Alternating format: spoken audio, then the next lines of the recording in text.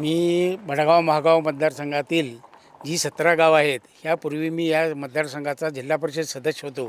त्या माध्यमातून सुद्धा इथं भरपूर कामं केली आहेत. पण ही चिंचवडी, चेन्नेगोपी ही जी संलग्न गावं आहेत, ह्या गावांचा सुद्धा विकास करण्याच्या कामासाठी हे जे पॅनल तयार झालेलं आहे, आमच्या कारखान्याला सुद्धा मुश्रीफ साहेबांनी सहकार्य केल्यामुळंच कारखाना चालू झालेला आहे.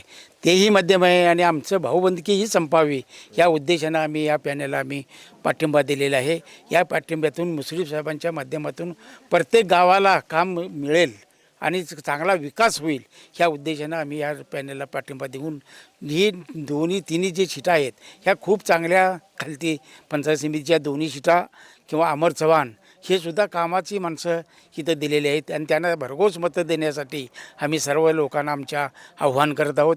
त्याप्रमाणे नक्की आमच्या या मतदारसंघातून नक्की 3-4 हजारच्या फरकानं नक्की सीटा आमच्या ह्या येतील असं मला खात्री आहे.